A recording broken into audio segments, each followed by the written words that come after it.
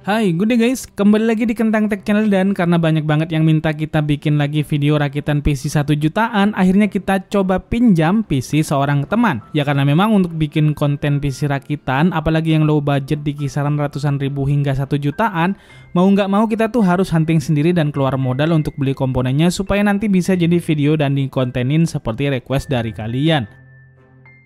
Nah, untuk mensiasati itu, akhirnya kita pinjam PC ini. Sekalian kita bedah dan kita akan tes apakah di awal tahun 2025 PC model begini masih layak untuk digunakan. So, nggak usah lagi panjang-panjang ini pembukaan. Tontonin videonya sambil makan cemilan, dan seperti biasa buat yang belum subscribe, subscribe dulu ya fans berat Enim dan Dadan. Hehe. Oke, kita langsung aja ya bahas komponen yang dipakai di rakitan PC Kurehure kali ini. Ini partnya udah kita bongkar dan sekalian tadi juga udah dibersihin. Kita akan mulai dari motherboardnya dulu. Mobonya ini adalah Mobo sejuta umat. Ya kalian pasti tahu lah ya, ini adalah motherboard dari chipset H61. Dan yang ini adalah merek Asus. Kalau kalian sering cari keyword PC Kurehure di YouTube yang pakai Intel Gen 2 atau Gen 3, maka rata-rata sebagian besar itu bisa dipastikan pakai Mobo dengan chipset H61 ini. Karena memang selain harganya murah banget, Mobo ini udah support dengan kebanyakan prosesor Intel generasi 2 dan 3. Walaupun untuk beberapa Mobo lama itu ada yang nggak support juga dengan Intel Gen 3. Fitur-fitur dari Mobo ini standar H61 lama, ada 2 slot RAM, 4 buah slot SATA, dan beberapa I/O port lain yang termasuk basic banget. Harga dari Mobo ini, bekasnya itu bisa kita dapat di harga Rp175.000 yang paling murahnya. Selanjutnya kita spill prosesornya. Kalau di PC 1 jutaan sebelumnya itu pakai Intel Core i3 Gen 3, nah di PC rakitan kali ini prosesor yang dipakai itu adalah Intel Core i3 Gen 2. Lebih tepatnya Intel Core i3 2120. Prosesor ini diluncurkan di tahun 2011 dan end of service itu di tahun 2019. Prosesor ini juga adalah salah satu prosesor yang paling lama bertahan dan masih banyak dipakai orang untuk kebutuhan kantor atau sekolah dengan penggunaan Office serta browsing. Karena memang prosesor ini cuma punya dual core dan tambahan 4 thread aja. Dia punya base clock di 3,2 GHz dengan TDP di 65 watt. Harga prosesor ini sendiri sekarang itu udah cek murahnya.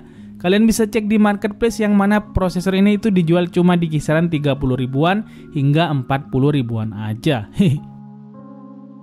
Komponen selanjutnya adalah memori RAM.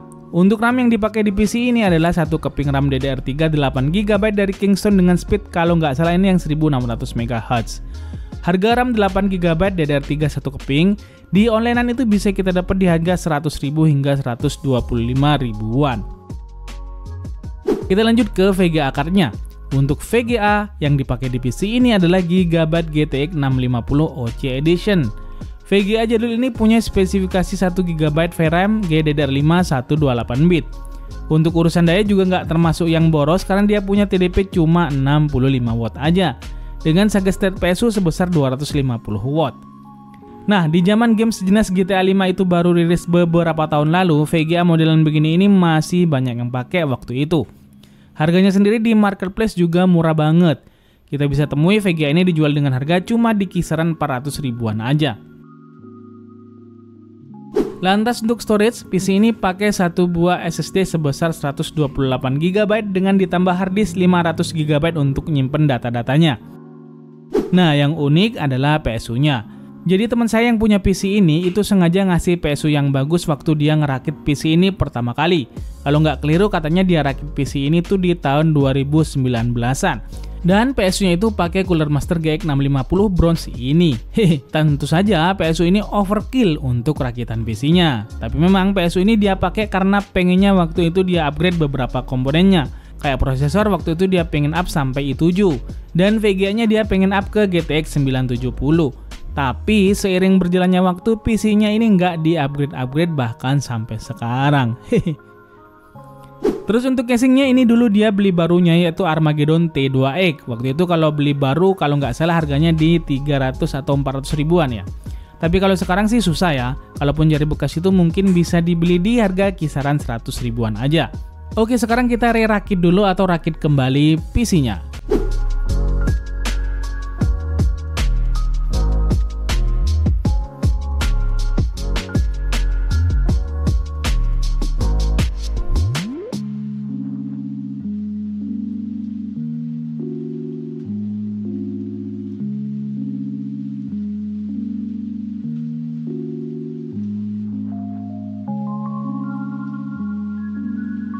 Dan inilah dia hasil rakitan PC-nya. Seperti biasa, walau PC-nya kiri hore, kita bumper dulu. Hehe.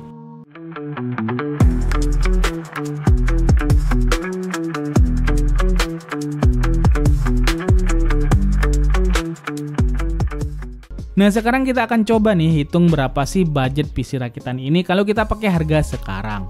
Nah, ini saya udah susun harganya dengan mengambil acuan harga di marketplace. Untuk PSU sengaja saya ganti dengan PSU Korea aja supaya lebih relevan, karena kalau pakai PSU bawaan PC ini itu terlalu overkill.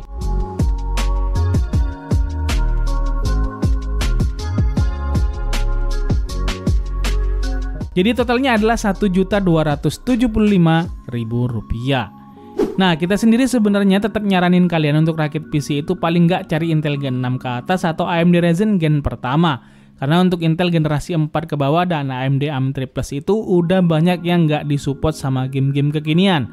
Jadi kalau kalian maksa pengen rakit PC dengan spesifikasi jadul seperti ini, konsekuensinya akan ada beberapa games atau bahkan software yang nggak bisa berjalan dengan CPU yang punya arsitektur jadul seperti ini. Tentunya kalau mau rakit PC pakai Intel Gen 6 ke atas atau pakai platform AMD AM4, kalian perlu menyiapkan dana setidaknya 3 hingga 4 jutaan lah ya. Pakai komponen mix baru dan bekas atau semuanya bekas. Nah, sekarang kita akan tunjukin hasil tes gaming dari PC ini. Di sini kita akan tes beberapa game PC dan juga beberapa games emulator. Untuk emulatornya sendiri kita coba tes game-game emulator PS2 dengan PCSX2, kemudian ada Nintendo 3DS, dan kita pengen tahu juga performanya untuk jalanin game Xbox 360. Untuk resolusi tesnya kita tes di resolusi 1600x900, kita pakai monitor 17 inch yang direkam secara eksternal. Ini biar nggak ngurangin performa pas main gamesnya. So mari kita lihat bersama hasil pengujiannya.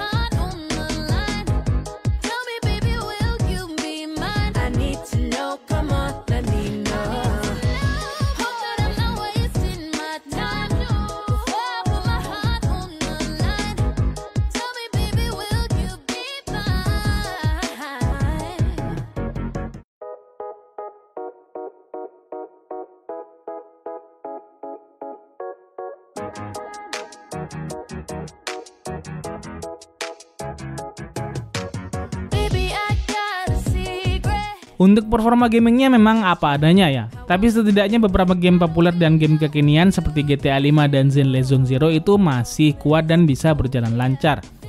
Untuk emulator sendiri sepertinya juga masih aman. Untuk PS2 dan 3DS itu lancar semuanya. Nah, untuk Xbox 360 ini masih terhitung gak kuat. Kalau jalannya ya jalan-jalan aja. Cuma FPS yang didapat itu di kisaran 15-an FPS. Ini terjadi karena game Xbox 360 itu butuh bantuan CPU dengan minimal 4 core supaya bisa jalan lebih lancar lagi. Jadi misal pakai Core i5 Gen 2, tentunya game Xbox-nya bisa jadi lebih ngangkat dan lancar jalannya. Pengujian terakhir kita spill konsumsi dayanya. Untuk penggunaan ringan, konsumsi daya PC ini itu ada di kisaran 40,2 watt. Sedangkan saat kita coba main game sekelas GTA 5, konsumsi dayanya itu adalah di kisaran 80,2 watt. Ini lumayan irit karena cuma di kisaran segituan aja konsumsi dayanya. Jadi mungkin sekian saja konten PC gaming hero kita kali ini. Kalian mungkin yang punya pengalaman masih pakai PC dengan komponen jadul, bisa share di kolom komentar spek PC-nya. Dan kira-kira masih bisa dipakai untuk ngegame atau jalanin apa aja sampai sekarang. Mana tahu masih banyak yang masih pakai PC spek jadul seperti ini. Tentu hal ini akan menambah wawasan hasanah per-PC-an, utamanya buat pemula yang baru coba-coba nyemplung ke dunia rakit PC. Jadi, terima kasih udah nontonin video ini sampai habis. See you in the next video. Adios dan jangan lupa semangat setiap hari.